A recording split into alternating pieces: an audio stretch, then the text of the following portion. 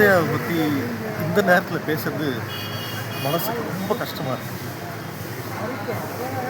இறைவன் என்னை படைத்தனன் தன்னை எழுதுவதற்காகன்னு அவர் லெட்டர் பேடில் எழுதியிருப்பார். அதுக்காக தான் அவர் பிறந்தார். ஒரு பாட்டு அப்படியே அப்படியே வைரக்கல் மாதிரி இருக்கும். ஒரு பாட்டு 2 பாட்டு 4 பாட்டுலாம் சொல்ல முடியாது. அவர் எழுதின நூற்றுக்கணக்கான பாடல்கள் சிம்பனி கம்பெனியில் வந்து மிகப்பெரிய ஒரு எல்லாருக்கும் எடுத்துக்காட்டாக இருக்குது. இன்றைக்கி ஒரு கோவில்லையும் 9 கோளும் ஒன்றாய் காண பிள்ளையார் பற்றி வரவே இந்த பாடல் இன்னைக்கு ஒரு கோவில்லையும் ஒரு வீட்லேயும் பாடுது. அது வந்து அவர் செஞ்ச பாக்கியம். அவரை பற்றி பிள்ளையார் பற்றி விநாயகரை பற்றி அவர் அதை எழுதணும்னு விதிக்கப்பட்டது. அதனால் அது வந்து அது யாரும் பறிக்கவே முடியாது. அந்த பாட்டு இன்னும் 100 ஆண்டு காலம் இருக்கும். அதே மாதிரி ஒரு பாட்டு 2 பாட்டு இல்லை, நான் பாடின சன்னதியில் கட்டுங்கட்டி, இன்றைக்கி வந்து ஐயப்பன் பாட்டு தான் சன்னதியில் கட்டுங்கட்டி, ஸ்ரீஹரினா சன்னதியில் கட்டுங்கட்டி, அவர் எதிர பாட்டு எத்தனையோ பாடல்கள்.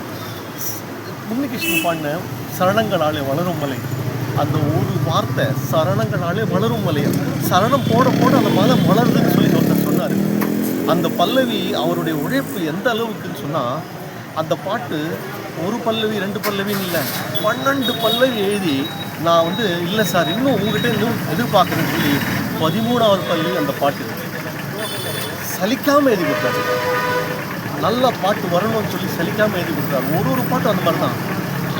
அவர் யாருமே மறக்கவே முடியாது. அவருடைய ஒரு வார்த்தையும் 100 ஆண்டுன்னு இல்லை, இன்னும் எத்தனையோ ஆண்டுகள் இருக்கும். அது வந்து மறைக்கவே முடியாத ஒரு உண்மை. அவருடைய ஆன்மா சாந்தி அடையணும், மனசார பிரார்த்திக்கிறேன்.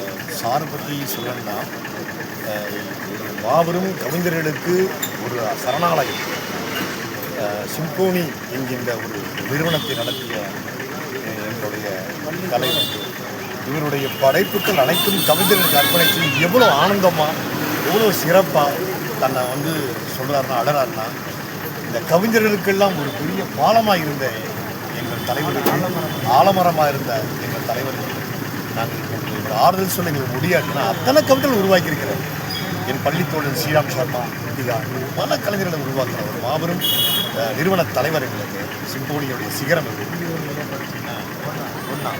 இந்த திருவள்ளிக்கேணியிலே பிறந்து வளர்ந்து நல்லா இருக்கும். உங்களுக்கு இந்த நேரத்தில் அன்பையும் ஆதரவையும்